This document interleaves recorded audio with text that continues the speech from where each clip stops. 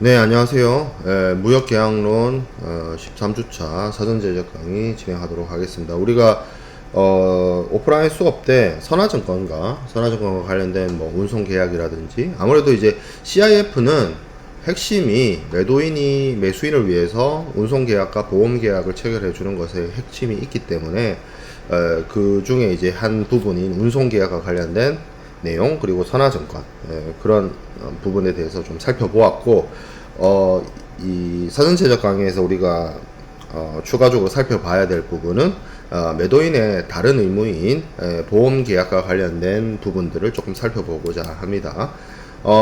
이 CIF에서 매도인이 보험계약을 체결하고 매수인을 위해서 이런 부분은 CIF 계약에 있어서의 특징이자 중요한 부분이고, 그 매도인이 매수인을 위해서 보험을 들어주었다는 사실을 어떻게 보면 이행을 했다라는 것에 대한 증거로서 매도인이 보험증권을 제시를 하고 이것을 보험증권을 포함한 보험 서류를 매수인에게 제공하는 것으로서 자신의 이행을 증빙한다라고 볼 수가 있습니다. 이 CIF에서 매도인이 매수인을 위해서 보험을 든다라고 했을 때 대체적으로 뭐 보통의 어느 정도 신용도 있는 보험업자에게 어떤 특정한 위험이나 이런 것들에 대한 부보가 요구되어질 수가 있는데, 그런 것들을 뭐 매도인과 매수인 사이에서의 계약에서 매도인이 매수인을 위해서 보험을 들어줄 때 어떤 나라의 보험회사를 통해서 보험을 들어야 된다, 어떤 조건으로 보험을 들어야 된다, 이런 것들을 충분히 자기들이 합의를 해서 당사자 자체의 원칙에 따라서 정할 수가 있는 부분이에요. 그런데 그게 이제 매매계약에서 매도인과 매수인 사이에서 원만하게 합의돼서 미리 사전에 그 부분이 결정이 되면 거기에 따라서 매도인이 보험을 들면 되지만, 그런 부분에 대한 어떤 명시적인 합의나 이런 부분이 없다라고 한다면 매도인은 어떤 그냥 매수인에 대해서 실질적인 그런 어떤 보험 증권 같은 것들을 제공하는 것으로서 이행을 해야 된다라고 보면 될 것 같습니다. 그래서 이 부분이 이제 중요한데, 매도인이 그래서 제공해야 되는 주요한 서류 중에 뒤에서도 뭐 여러 차례 얘기를 하겠지만 보험 증권이 사용이 됩니다. 이 보험 증권은 뭐 보험 계약을 입증하는 적절한 증빙이 될 것이고, 여러 판례에서 여기 지금 2번 슬라이드에서도 판례가 나오는데, 보험 증권이 아닌 보험 증명서가 제시되었을 때는 이것이 보험 증권이 아니다 라는 이유로 매수인이 인수를 거절하는 그런 케이스도 있었습니다. 이 보험 증명서는 보험증권을 체결하고 나서 그 보험 계약의 체결 내용을 어떻게 보면 증빙하거나 증명하기 위한 서류로서 사용이 되는 것이지, 보험증권을 대체하거나 대신할 수 있는 서류는 아니에요. 그래서 반드시 서류가 보험증권을 요구하고 있으면 보험증권을 제시를 해야 됩니다. 그냥 뭐 여러가지 법제에서 보험증명서를 요구하는 정도라면 보험증명서 제출만으로 끝날 수 있지만, 명시적으로 보험증권과 보험증명서는 서로 다른 서류이기 때문에 이 매도인이 만약에 보험계약을 체결했다라면 그 원보험계약의 보험증권을 제시를 하는 것이 가장 기본적인 원리가 되겠습니다. 자, 그러면 이 보험증권은 무엇이냐라고 하면 1779년에 영국의 로이즈 총회에서 공식적으로 채택한 표준 SG 보험증권을 얘기를 합니다. 보통 이 로이즈라고 하는 어떤 개인 보험업자의 모임에서 1779년에 최초로 등장을 시켰고, 그 이후에 뭐 런던 보험자 협회나 이런 것들과 협의를 해서 기업용 뭐 이런 것들을 만들기도 했고, 또 1779년이니까 굉장히 오래됐죠. 한국으로 치면 이제 조선시대에 해당이 되는데, 이 보험증권을 장기간 200년 넘게 사용을 하다가 1982년에 새로운 해상보험증권인 신해상보험증권을 출범시키기도 했습니다. 그래서 이 1779년에 만들어진 구증권과 1982년에 만들어진 신증권을 이제 사용을 하고 있는데, 실제 실무적으로 보면 하나의 보험증권에 이 구증권과 신증권이 다 들어가 있어요. 한국의 경우에 예를 들어서 해상보험을 실질적으로 계약을 체결하려고 보면 이 구증권과 신증권이 하나의 종이 서류에 다 담겨져 있는, 내용을 다 담고 있는 그런 약관을 사용을 하고 있고, 그리고 예전 같았으면 그렇게 깨알 같은 글씨로 한 종이 안에 모든 걸 다 집어넣는 것이 불가능했겠지만, 아무래도 이 인쇄 기술이 발달함으로 인해서 종이 하나에 구증권과 신증권의 모든 내용을 다 담을 수 있게 되었고, 이 구증권을 선택을 할 것인지 신증권을 선택할 것인지는 뭐 당사자들인 보험계약자나 피보험자의 결정에 따라서 이 선택을 할 수가 있습니다. 그러니까 많은 부분들이 신보험증권이 만들어졌기 때문에 신보험증권만을 써야 되는 것이 아니냐, 이렇게 생각할 수 있지만, 보험에서는 구증권도 존중하고 있어서 선택에 의해서 구증권을 채택을 할 수도 있다는 거죠. 신증권을 쓰지 않고.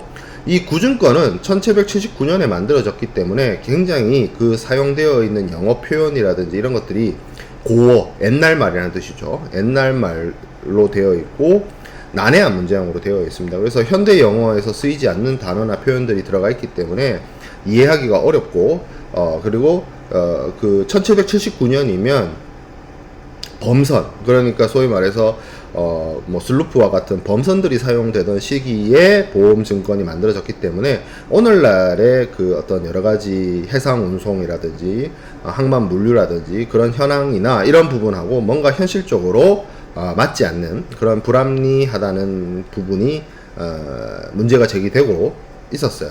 그런데 이 1779년에 만들어진 구증권과 관련해서 그 증권의 여러가지 내용이라든지 약관이라든지 이런 것들이 오랜 기간 널리 사용되고 그와 관련된 판례들이 축적이 되면서 그걸 바탕으로 1906년에 MIA가 만들어졌고, 영국 해상보험법이죠. 이 법이 또 어떻게 보면 단순히 영국 한 나라의 일국의 국내법에 그치지 않고 전 세계 해상보험에 있어서의 어떤 중거법 역할을 수행하고 있기 때문에 그 중요성은 뭐 신증권이 만들어졌다 하더라도 여전히 존속하고 있습니다. 그리고 이 구증권이 이렇게 오랜 기간 개정 없이 사용되다 보니까 실질적으로 실무에서 조금 더 편리하게 사용할 수 있도록 보험자의 의무나 보험자의 책임에 대해서 규정해 놓은 특별 약관, 소위 말하는 협회 적하 약관이라는 것을 만들어서 그 협회 적하 약관을 통해서 실질적으로 보험 계약을 체결하고 보험 계약을 통한 피보험자에 대한 보상이라든지 면책이라든지 그런 것들을 다루고 있기 때문에 하나의 틀로서, 하나의 플랫폼으로서의 구증권이 오랜 기간 그 생존력을 유지해 오고 있었죠. 그런데 그래도 여러가지 실무상 모순이라든지 실무상 문제가 많아서 거의 한 200여 년 만에 신증권으로 1982년에 교체가 되었고, 신증권과 구증권은 여러분들이 해상보험 수업을 통해서 접할 수 있을 것이고 해상보험론 수업에서 배우게 되겠지만, 이 두 증권의 메커니즘이나 시스템이 굉장히 다릅니다. 그래서 이 그러니까 이 신증권 하에서 사용하기 위해서 만들어진 협회 적하 약관이 여러분들이 들어본 적이 있는 ICC-A, ICC-B, ICC-C가 될 것이고, 이것 중에 하나를 선택을 해서 보험증권의 면모를 갖출 수 있게 되었다라고 볼 수 있겠습니다. 자, CIF 계약에서 우리가 통상적으로 보통 이야기하는 보험증권은 어떠해야 된다, 저래해야 한다 라고 이야기할 때 보통 들어가는 조건들이 몇 가지가 있는데, 첫 번째가 배서에 의해서 양도가 가능을 해야 됩니다. 그리고 유효해야 되겠죠. 이것은 유효한 보험증권이어야 하고, 그리고 혹시 그 증권에 대해서 보험자가 보험금을 지급하지 않도록 하더라도 이것은 문제가 있겠죠. 그러니까 보험자가 실질적으로 사고 발생 시에 보험금을 지급할 수 있는 내용들을 담고 있는 그런 유효한 보험증권이어야 하고, 그리고 CIF라고 하는 것 자체가 매도인이 매수인을 위해서 보험계약을 체결해 주고 있는 것이기 때문에 CIF 계약에서 지정되어 있는 목적항 혹은 목적항 내 어떤 지점까지의 어떤 운송을 전 구간을 보험이 커버할 수 있는 그러한 보험증권이어야 합니다. 그리고 물품이 실제로 안전하게 뭐 사고 없이 도착했다 하더라도 매도인은 매수인을 위해서 보험을 들어줄 의무가 있기 때문에 매도인은 매수인에게 사고 여부랑 상관없이 일단 보험을 들어야 되고 보험증권을 매수인에게 제시해야 될 필요성이 있습니다. 자, 근데 이 보험증명서 앞에서도 그 보험증명서 Certificate Insurance에 대해서 얘기를 했었는데, 이 보험증명서는 보통 어떤 경우에 나오냐면 선명미상 보험증권 뭐 이런 경우, 그러니까 이게 이제 예전에는 예전에 보험과 관련된 관습에서는 이것을 예정보험이라고 하기도 하고 플로팅 팔리시, 그러니까 선박의 명칭이나 이런 것들, 어떤 선박에 적재되는지가 정해지지 않는 상태에서 보험계약을 체결할 때에 나중에 선박이 정해지고 나면 그 선박 명칭을 나중에 기재하겠다라는 의미로서 선박 명칭을 빼고 보험계약을 체결한 것을, 그런 간습을 플로팅 팔리시라고 했습니다. 그 일종의 예정보험, 그러니까 플로팅 팔리시의 정확한 의미는 배 이름이 정해지지 않은, 배가 어느 배에 화물이 적재될지가 정해지지 않는 상태에서 보험을 들 때 나중에 배가 정해지면 그 배 이름을 적어 넣겠다라는 의미로서 사용된 게 선명미상 보험증권이고, 그것이 영어 표현이 플로팅 팔리시인데 이게 대표적인 예정보험입니다. 그래서 이런 예정보험과 관련되어서 사용이 될 때 보험증권을 제시하거나 제공하는 것이 한계가 있고 어려움이 있었기 때문에 보험계약은 체결했지만 보험증권이 완성되지 않은 그 상태에서 일종의 보험계약을 증빙하는 목적으로 사용된 것이 보험증명서이거나 뭐 했던 거죠. 그리고 이것이 기간부, 장기간의 오픈 팔리시이거나 예정보험인 경우에는 그 기간 동안 여러 차례 해상 사업이 발생할 것이고, 그 모든 여러 개의 해상 사업에 대해서 기간 내에 일어나는 그것을 하나의 보험증권이 커버하고 있기 때문에 매번 그 보험증권을 제출하거나 제시할 수가 없어서, 보험증권이 하나이기 때문에 기간부로 보험계약을 체결했을 때 그러면 그때 제시하는 것이 일종의 보험증명서였죠.